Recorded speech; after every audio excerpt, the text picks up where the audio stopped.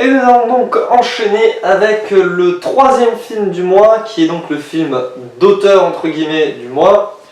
Pourquoi entre guillemets? Parce que la notion d'auteur est discutée, pas parce que Monsieur Nicholas Winding Refn n'est pas un auteur, parce que c'est le sujet du jour, c'est le sujet maintenant du mois, du coup, The Neon Demon de Nicholas Winding Refn. Alors on va commencer par dire ce qu'on pense de Winding Refn en général.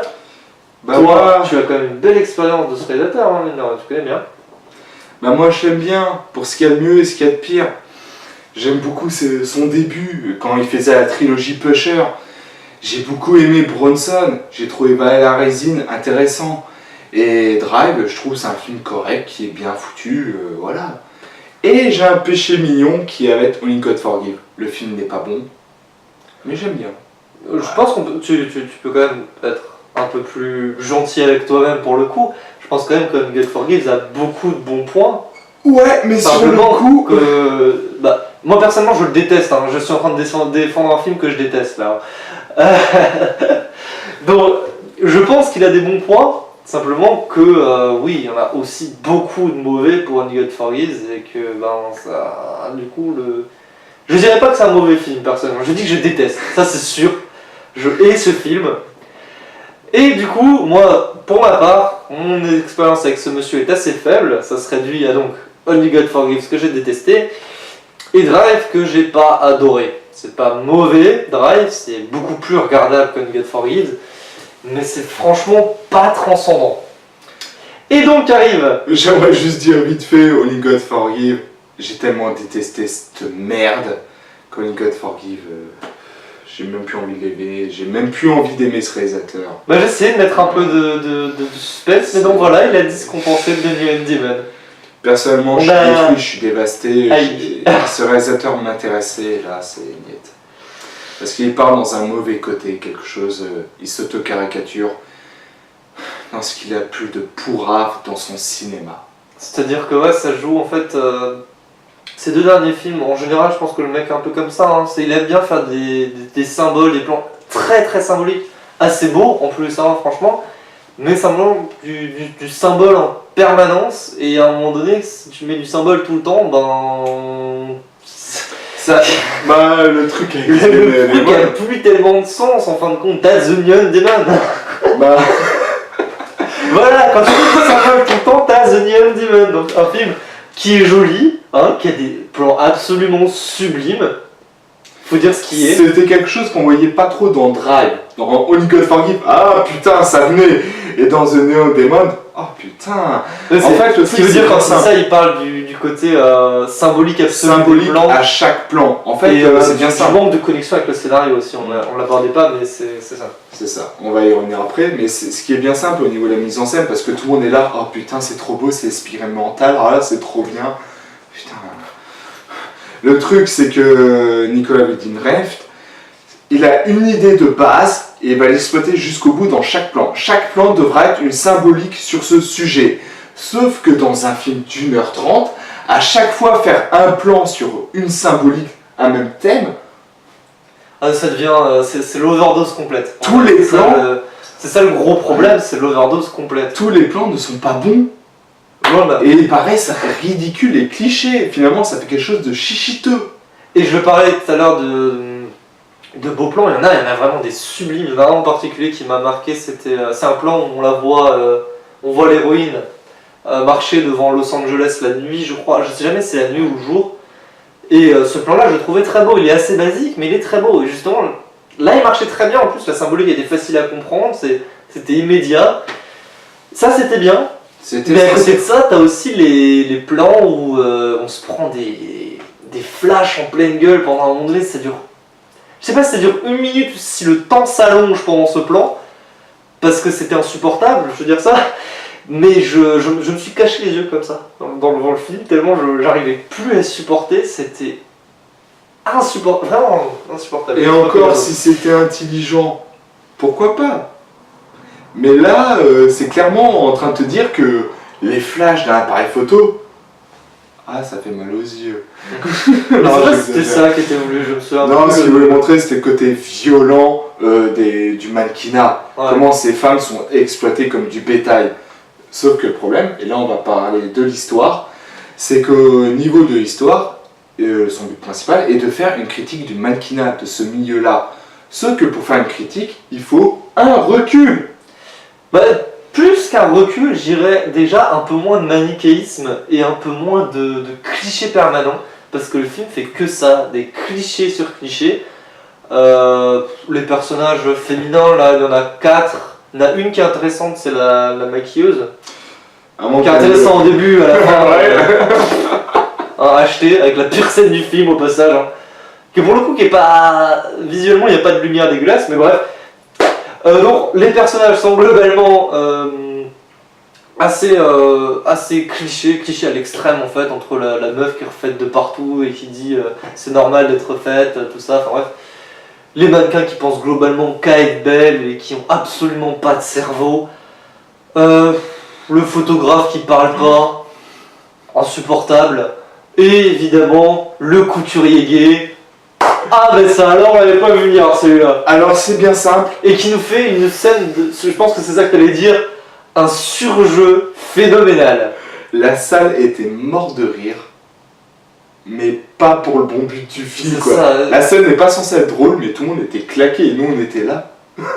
Gêné. Je me demande quand même si c'est pas censé être drôle, si on n'est pas censé se moquer quand même un peu du personnage. Ouais, c'est vrai. Oui, le côté critique, mais pas rigoler comme on l'a fait. C'est la critique qui était en fait, c'est le truc, pour vous expliquer si vous n'avez pas vu le film, c'est que c'est.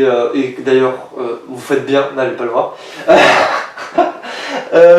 C'est une scène en fait où il y a des mannequins qui font qui font une sorte d'entretien entre grosses guillemets, c'est-à-dire qu'en fait elles défilent devant des mecs pour savoir s'ils vont les garder ou pas en gros. Et donc on a le couturier qui est là et qui joue avec un truc pendant que les mannequins défilent, voilà, c'est subtil pour nous montrer qu'il en a rien à foutre et que ça l'intéresse pas parce qu'il voit ça tout le temps. Vive la grossièreté. La subtilité est morte avec ce film, c'est ce qu'on disait. Et donc d'un coup il y a l'héroïne qui débarque, alors comme l'héroïne est incroyable, extraordinaire, on verra dessus dans un instant. Un peu bon. Et bah du coup, là il relève la tête, au lieu de le faire genre normalement avec un... Je sais pas, je joue pas bien évidemment parce que je suis pas du tout acteur. Mais d'essayer de le faire très bien comme lui. De façon discrètement comme ça, de gagner de l'intérêt petit à petit. Et bah lui ça va être d'un coup, il va faire comme ça. Alors comme ça. Et j'exagère à peine, vraiment c'est les yeux écarquillés, la bouche grande ouverte, etc. C'est genre un casting et lui il est en mode oh, c'est la plus belle femme du monde. C'est ça, et d'ailleurs... Il manquerait plus qu'un travelling ralenti. Très bonne transition sur Elle Fanning, qui est définie comme étant la beauté absolue. Elle est loin d'être moche.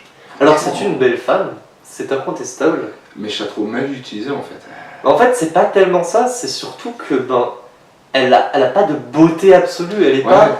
Elle est pas spéciale. Elle est pas... Enfin, si, elle est belle, mais quelque part, vous avez une voisine qui est aussi belle qu'elle. C'est vraiment la fille d'à côté, en gros. C'est un style de beauté qui est très appréciable. À mon avis, le but de Renft, c'était là, ça sera un autre point qu'on pourra aborder après, c'est de jouer sur le côté vierge qu'elle a. Et elle paraît très enfantine. Et c'est ça, peut-être, le côté beauté qu'ils voulaient retransmettre entre elles. Ça, c'est pas un point de vue, c'est un fait. C'est raté. C'est un fait, c'est ce qu'il a voulu faire. D'ailleurs, là encore, on est dans de l'overdose de symboles sur ce sujet-là. La robe blanche. Ouais. L'overdose de symboles, elle dit clairement je suis vierge. Oui, c'est ça. Voilà. Déjà, il y a trop de symboles, alors en plus, si elle le dit en face, enfin. Voilà. Et c'est un peu. On est un peu confus là quand on parle, c'est peut-être un peu de la surdose d'informations. Ça aurait été bien de pas nous le dire qu'elle était vierge. On aurait pu le comprendre. Ou alors de nous le dire et de mettre moins de symboles autour. Aussi, voilà. Mais donc globalement l'idée c'est que Elle Fanning, on comprend pas ce qu'elle a à foutre là, c'est du pur syndrome Bella Swan de Twilight. Tout le monde l'adore, ou la déteste, elle est incroyable pour tout le monde, mais pour une raison qui échappe complètement à l'entendement. Y a même pas de truc de mise en scène vraiment marquant. Il faut qu'il montre sa beauté, tout est grossier, parce que justement ce qu'il veut montrer, c'est un monde vide et creux. Mais finalement, le film devient vide et creux, parce qu'il n'y a pas de recul sur ce monde. Donc au final, Renft, il tombe dans son piège. Ouais, c'est ça, c'est globalement... Et ça détruit son personnage principal, voilà, qui est tout sauf intéressant. Grosse merde, pardon. Insupportable. C'est surtout que c'est vraiment très forcé sur ce personnage. On gardera, pour finir, on va s'arrêter là. Lequel? On a assez craché dessus comme ça. On gardera quand même comme bon point qu'il fait toujours de très beaux plans. Alors ça, c'est un point parce que On l'a je pense déjà que dit. tous les deux, on peut l'aider pour faire une autre carrière qui pourrait avoir du succès, je pense. Ah oui, oui, ça. Et Photographe. franchement, un appareil photo, pas besoin de mouvement, une simple image, de la lumière, des néons, du bleu, du rouge, t'en fous partout. Et t'arrêtes de me mettre de la techno aussi. Ah putain, la musique, ouais, faut quand même qu'on en parle. On avait oublié ça. La musique, la techno débile là.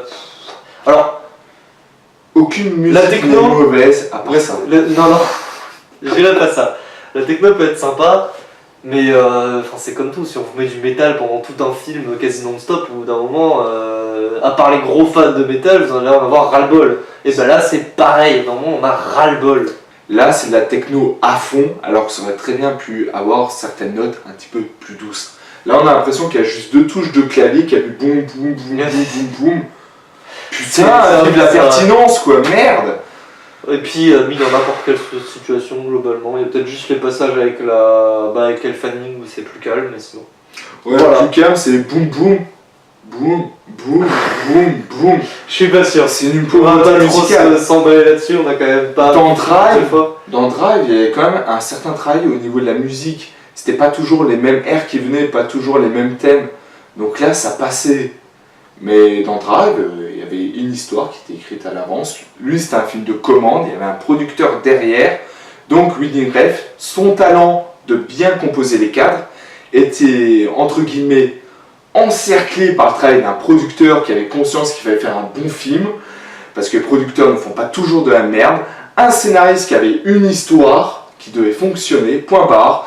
Enfin bref, Ref, il m'a énormément déçu, j'attendais beaucoup de ce film, je suis dégoûté. Vraiment, quand je vous parle, je suis un fan de ce mec. J'adorais Only God Forgive. Et là, je me bouffe ça dans la gueule, ce mépris total de la part des gens, du téléspectateur. Des femmes. C'est même pas des fans. On a pas eu des femmes. Femmes, pas fans. Ah, On ça, a faut même en pas eu le parler, temps ouais, d'en ouais. parler, mais en fait, Ça peut paraître assez grave.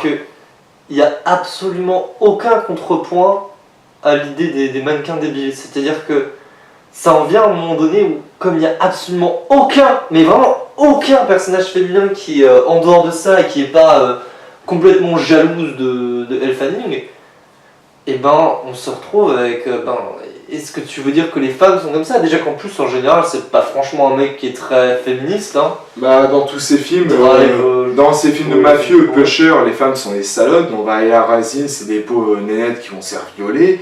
Dans Drive, la nénette elle est muette comme pas possible et elle subit plus qu'elle agit et qu'elle réfléchit. Dans les God Forgive, c'est soit la mère qui est une vraie salope. qui est carrément incestueuse. Hein.